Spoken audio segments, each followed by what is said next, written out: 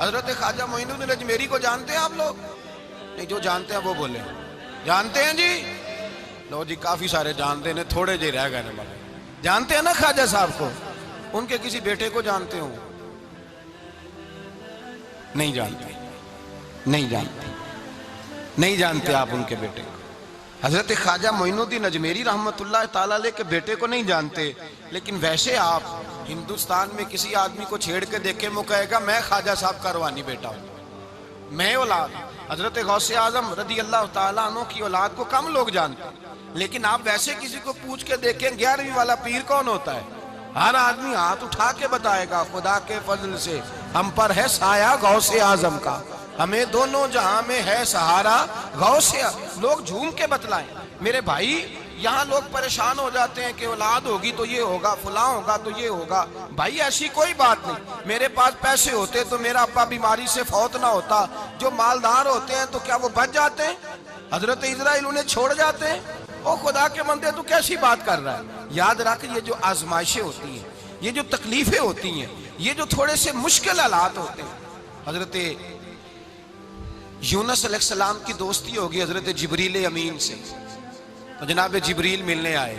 حضرت یونس علیہ السلام فرمانے لگے جبریل میرا دل کرتا ہے مجھے اس بندے کی ملاقات کرا جو اللہ کا سب سے زیادہ عبادت گزار بندہ ہے۔ حضرت جبریل امین لے گئے دور دور فلسطین کے علاقے میں، اور لے جا کر ایک بندے سے ملاقات کرائی جس کی دونوں آنکھیں بھی کوئی نہیں تھی، دونوں بازو بھی کوئی نہیں تھی، دونوں پیر بھی کوئی نہیں تھی، اور اس بندے کی زبان پر لفظ بڑا کیا جاری تھے، یا اللہ تیرا شکر ہے، یا اللہ تیرا، بول کے کہیے یا اللہ تیرا، اے اللہ تیرا شکر ہے۔ شکر شکر کر رہا تھا۔ حضرت جناب سیدنا یونس علیہ السلام کہنے لگے میں نے تجھے عبادت گزار کو ملانے کو کہا تھا، تو کہاں لے آیا؟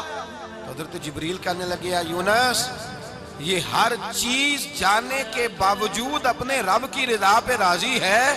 اس وقت دنیا میں نبیوں کے بعد جس سے اللہ سب سے زیادہ پیار کر رہا ہے وہ یہی بندہ ہے، یہ اپنے رب کی رضا پہ راضی ہے۔ اے تن میرا کنگی ہووے تے میں زلف سجن دی باواں، تے پوش میرے دی جتی بن جائے تے میں یار دی قدمی آواں، مارو مارو مینو مار مکاؤ کوئی عذر نہ پیش لے آواں، تے جے سونا ہی میرے دکھ وچ راضی، جے سونا ہی میرے دکھ وچ راضی، جے سونا ہی میرے دکھ وچ راضی، تے میں سکھ نو چلے ڈاواں۔ مانا کہ جب اس حال میں راضی ہے تو بس ٹھیک ہو گیا، ٹھیک ہو گیا۔ وصل اچھا ہے نہ فراق اچھا ہے، بس جس حال میں محبوب رکھے وہی حال اچھا ہے۔ بس جس حال میں انہوں نے رکھا بات ٹھیک ہو گئی۔ اس میں اب انسان شکوہ کرتے پھرے کہ یہ کس طرح ہے وہ کس طرح، اپنے آپ کو مطمئن رکھا ہے۔ مشکل کے بعد جو آسانی حضرت لقمان حکیم، ان کے نام پر قرآن مجید کی پوری سورت ہے۔ حضرت لقمان حکیم علیہ رحمہ آپ اپنے بیٹے کو نصیحت کر رہے تھے، کہنے لگے بیٹا کو مشکل آئے تو گھبرانا نہیں، کوئی مشکل آئے تو کرے بیٹوں کو سمجھ آ جائے کہ مشکل آئے تو، سمجھ آ رہی ہے بات کی، مشکل آئے تو۔ اور کیا خوبصورت جملے، بیٹے کو بٹھا کے کہتے ہیں بیٹا چھوٹی مشکل آئے گی تو اللہ بڑی مشکلات آسان کر دے گا، سمجھو چھوٹی مشکلات آئیں تو اللہ نے بڑی مشکلیں اس نے آسان کر دی۔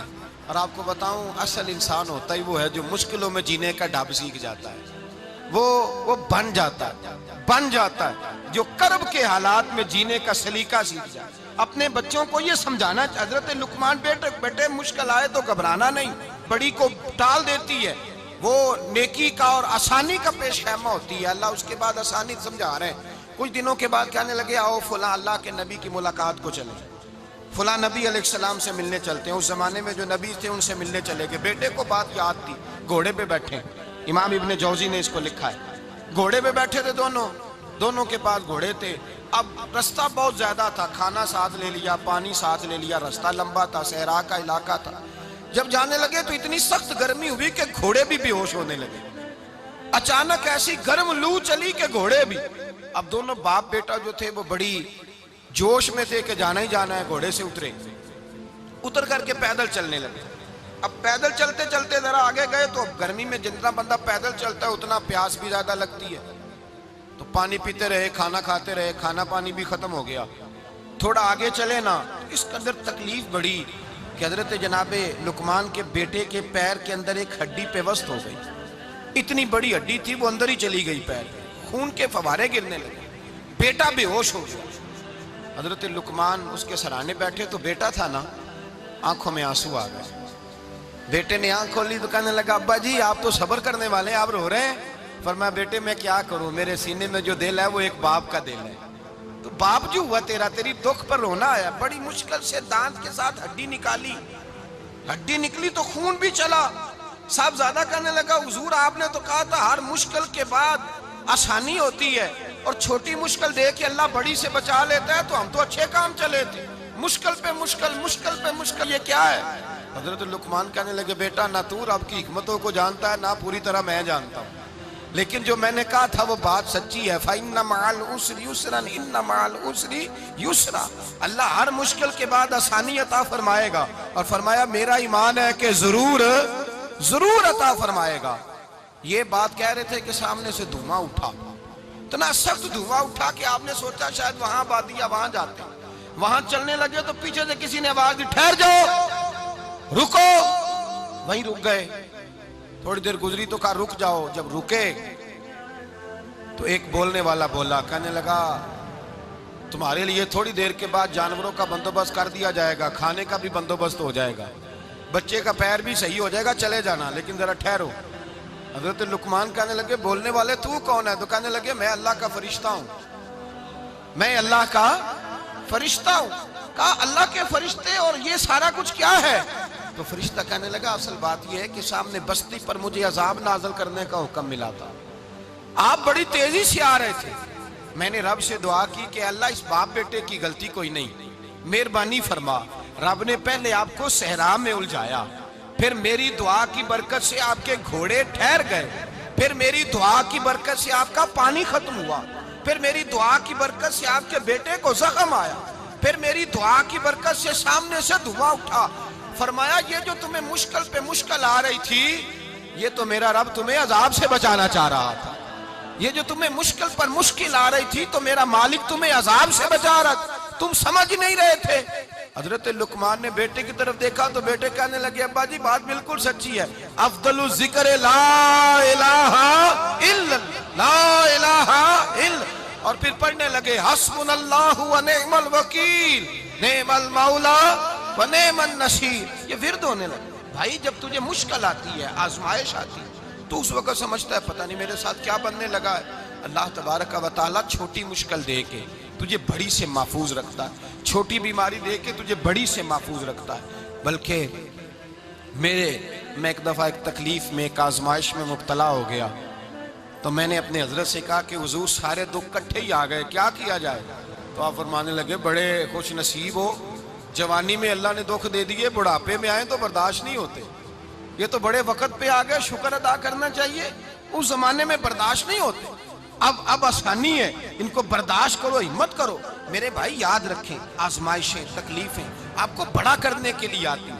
ہم آزمائش کو برا جانتے ہیں، دکھ کو برا جانتے ہیں، دکھ تو بڑے پیارے ہوتے ہیں، یہ رونے کا سلیقہ سکھاتے ہیں، یہ اللہ کو منانے کا طریقہ سکھاتے ہیں، یہ مسجد میں جانے کا۔ وہ جو سکھی بندہ ہے نا سکھی، مجھے ایک صاحب کہنے لگے دو قسم کے لوگ مدینے سے آتے ہیں، مدینہ شریف پوچھنے لگے، کہنے لگے حضرت جی دو قسم کے بندے ہیں، کچھ واپس جاتے ہوئے تڑپ رہے ہیں، کچھ تصویریں کھینچ رہے ہیں رخصتی کے وقت، فرق کیا ہے؟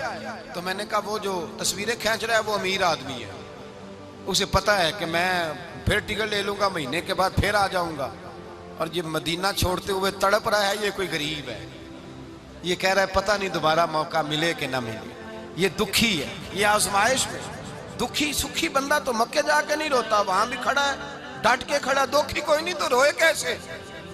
روئے کیسے؟ دکھیے دی گل دکھیا ہی جانے، دکھیے دی گل، کیا خوبصورت لفظ ہے میاں صاحب کی، اور لفظوں میں حسن دیکھے کہنے لگے دکھیے دی گل اے دکھیا ہی جانے تے سکھیے نو کی خبراں، تے یار جنہاں دے موت نے مارے روندے نہیں تک تک قبراں۔ یہ مشکل مرحلہ ہوتا ہے، جب انسان تکلیف میں ہوتا ہے پھر اسے احساس ہوتا ہے، اور تکلیف والے کو ہی تکلیف والے کی تکلیف کا احساس ہوتا ہے۔ جب آپ کو اللہ مشکل دیتا ہے تو سمجھ لیں رب آسانی دینا چاہ رہا ہے، جب تیز دھوپ آتی ہے تو سمجھ لیں اللہ گرم ہوا گزار کے ٹھنڈی بارش برسانا چاہ رہا ہے، اور جب چاروں طرف سے گھٹن ہو، پنجابی میں کہتے ہیں گمہ لگ جائے، تو پھر سارے بول کے کہتے ہیں اب جو طوفان آئے گا وہ سخت ہی آئے گا، اس لیے کہ گھٹن جتنی زیادہ ہوتی ہے پھر فضل بھی اتنا۔ جن لوگوں نے تکلیفیں زیادہ سہی تھی رب نے عزتیں بھی زیادہ ہی عطا فرمائی، جن لوگوں نے تکلیفیں زیادہ سہی نا انہیں اللہ نے درجہ بھی۔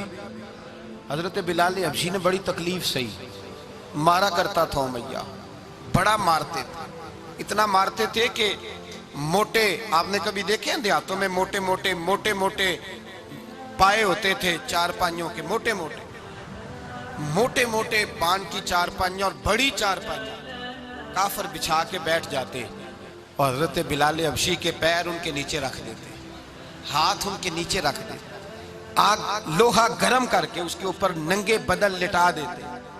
مکے نے بڑی آزمائشیں دیکھی، پھر اسی مکے نے مدینے نے عجیب رنگ دیکھا کہ میرے نبی معراج سے واپس آئے اور حضور نے عظمت دی، فرمایا بلال یار تیرا بڑا مقام ہے، تو مدینے میں چل رہا تھا اور میں جنت میں تیرے قدموں کی آواز سن رہا تھا، کتنا تیرا مقام ہے، کتنا تیرا درجہ ہے، میں وہاں تیرے چلنے کی آواز سن رہا تھا۔ حضرت ابو بکر صدیق رضی اللہ تعالیٰ عنہ نے اس زمانے میں حضور کی نوکری کی جب دوسرا جانثار کوئی نہیں تھا، سارے لوگ تانے دیتے، کہتے ابو بکر تو اکیلا ہی سیانا ہے، سارا مکہ مخالفت کرتا ہے، تو جان ہی نہیں چھوڑتا، سارا زمانہ مخالفت کرتا۔ ابو بکر صدیق نے مال بھی دیا، جان بھی دی، شہزادی حضرت عائشہ بھی دی حضور کی خدمت میں، ہر چیز لٹا دی۔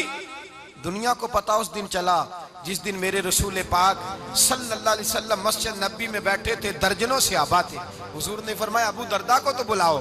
جناب ابو دردہ حاضر ہوئے تو کہتے ہیں حضور کا چہرہ دیکھا تو ناراضگی ہے چہرے پہ، میں نے دیکھتے ہی کہا حضور آپ مجھ سے ناراض ہیں؟ حضور نے فرمایا ہاں میں ناراض ہوں۔ جب یہ لفظ کہے تو میں کانپنے لگا، حضور ناراض ہو گئے؟ میں نے کہا یا رسول اللہ میری غلطی۔ تو نبی پاک نے فرمایا تو میرے ابو بکر کی عظمت نہیں جانتا؟ حضور جانتا ہوں۔ حضور کیا ہوا؟ نبی پاک نے فرمایا کل تو گلی میں گزر رہا تھا، ابو بکر بھی گزر رہا تھا، تو نے سوچا ہی نہیں تو میرے ابو بکر کے آگے آگے چل رہا تھا، یہ خیال ہی نہیں آیا، تجھے پتا نہیں کہ جس نے میرے ساتھ نیکی کی میں نے بدلہ چکا دیا ہے، ابو بکر کا بازو تھام کے اللہ کی بارگاہ میں لے جاؤں گا، میرا رب بھی اسے بدلے عطا فرمائے گا۔ یہ عظمت، یہ شان، یہ بلندی اور رفعت مشکلات سے گزرنے کے بعد ملی۔ میرے نبی پاک صلی اللہ تعالیٰ علیہ وسلم کے ساتھ مولا کائنات شیر خدا حضرت علی نے 9 سال کی عمر سے وفا شروع کی اور تا دم آخری حضرت علی نے وفا کی مصطفیٰ سے، کٹھن مراحل سے گزرے، کٹھن مراحل سے۔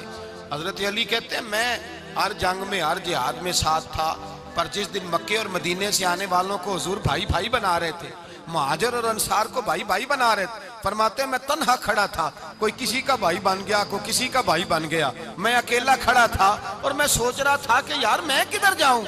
کہتے ہیں میں اس حد تک آیا کہ میرے آنسو بہنے لگے، لیکن میری مشکلات کو آسانی تب ملی جب مدینے کے چاند دھیرے سے اٹھے، میرے قریب آئے، میرا بازو تھاما اور فرمایا علی باقی سارے بھائی بھائی بن گئے ہیں، انت اخی فی الدنیا والآخرہ، تو میرا بھائی ہے، دنیا میں بھی میرا بھائی ہے، قیامت کے دن بھی میرا بھائی ہے۔ حضور نے اعزاز دیا اور غدیر خم کے موقع پر حضرت علی کا بازو تھام کے کھڑا کر کے حضور نے فرمایا من کنت مولا ہوں فہذا علی مولا، فرمایا جس کا میں مولا ہوں اس کے علی بھی مولا ہے۔ محبوب پاک سید عالم صلی اللہ علیہ وسلم نے جن لوگوں نے مشکلات برداشت کی پھر ان کو اعزاز ملا، ان کو درجے ملے، ان کے لیے جو آسانی۔ حضرت عثمان غنی نے صحابہ میں سب سے زیادہ مظلومیت کاٹی، سب سے زیادہ مظلومیت، 40 دن پانی بند رہا، کھانا بند رہا، تکلیف اور آزمائش کا وقت ہوا۔ امام جلال الدین سیوطی رحمت اللہ تعالیٰ علیہ الحاویل الفتاوی میں لکھتے ہیں، کہتے ہیں جب حضرت عثمان غنی پر کھانا اور پانی بند تھا، ایک شام حضرت عبداللہ بن سلام ملنے گئے، اس شام، اس صبح جس شام حضرت سیدنا عثمان غنی شہید ہوئے، جناب عبداللہ ابن سلام کہنے لگے عثمان تیرا کیا حال ہے، کس پوزیشن میں ہے؟ تو کہتے ہیں جناب عثمان غنی کہنے لگے عبداللہ آج میں بڑا سکھ میں ہوں۔ کہا 40 دن بیت گئے، کھانا نہیں آیا، پانی نہیں آیا، تو آج کیوں سکھی ہو؟ فرمانے لگے آج مدینے کی سامنے والی گلی میں نے مصطفیٰ کا دیدار کیا ہے، اور نبی پاک صلی اللہ علیہ وسلم نے فرمایا عثمان اگر تو کہے تو تیرے لیے پانی کا بندوبست کر دیا جائے، تیری مشکل آسان ہو جائے، اور اگر تو کہے تو تیرے لیے وہ آسانی کی جائے کہ آج تو میرے پاس آ کے روزہ افطار کر لے۔ تو حضرت عثمان غنی کہنے لگے میں نے مصطفیٰ سے عرض کیا حضور مجھے یہاں کا سکھ نہیں چاہیے، مجھے وہ آسانی چاہیے جو آپ کے پاس افطار سے ملے گی۔ فرمانے لگے آج میں رخصت ہو جاؤں گا، افطار رسول